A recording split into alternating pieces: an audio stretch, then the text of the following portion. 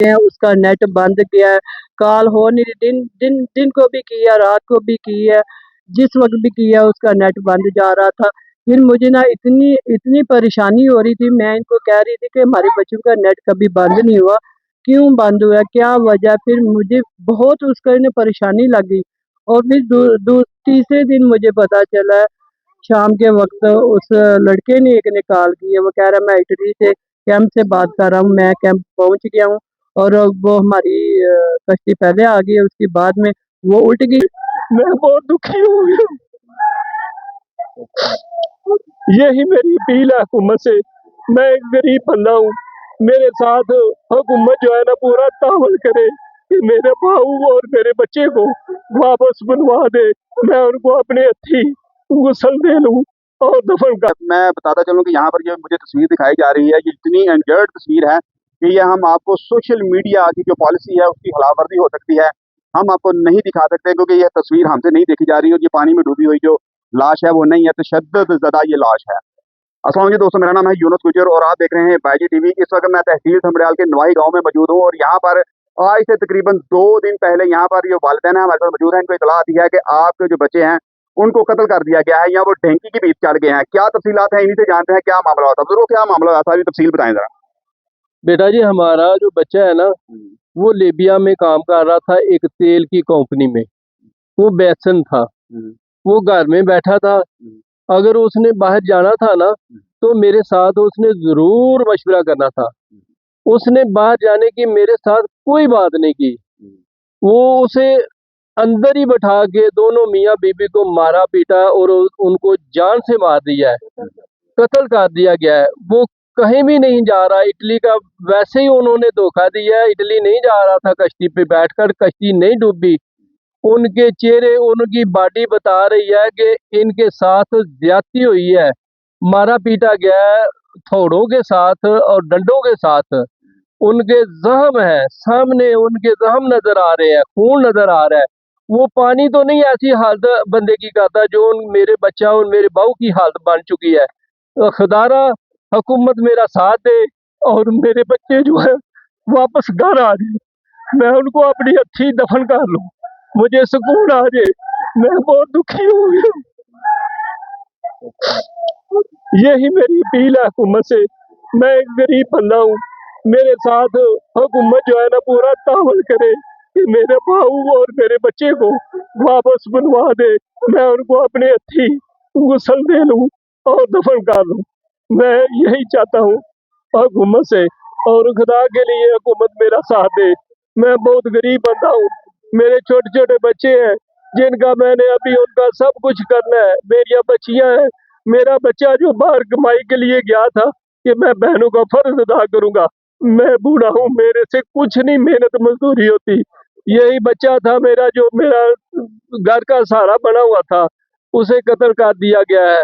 उनकी तस्वीरें जो है, मैं ये नुमाइंदे आए हैं, मैं उनको दे देता हूँ, वो खुद भी हुकूमत देख ले कि मेरे बच्चों के साथ मारा पीटा गया है या पानी ने इसकी हालत ऐसी की है। पानी जो है ना इतने जख्म नहीं खाता जितने मेरे बहू को और मेरे बच्चे को जख्म हो गए हैं।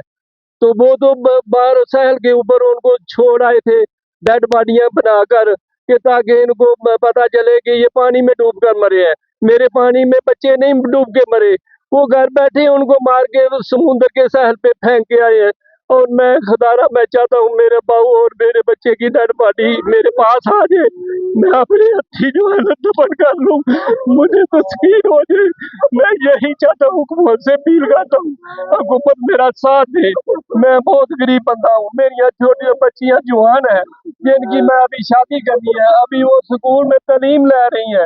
मैं किधर जाऊँ? वही मेरा सहारा था घर की कमाई के लिए, जो अखराजात थे मेरे से नहीं उठाए जाते।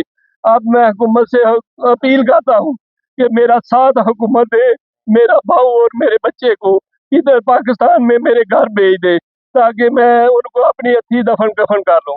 शुक्रिया आपका, बहुत बहुत बहुत शुक्रिया, अल्लाह का भी शुक्रिया।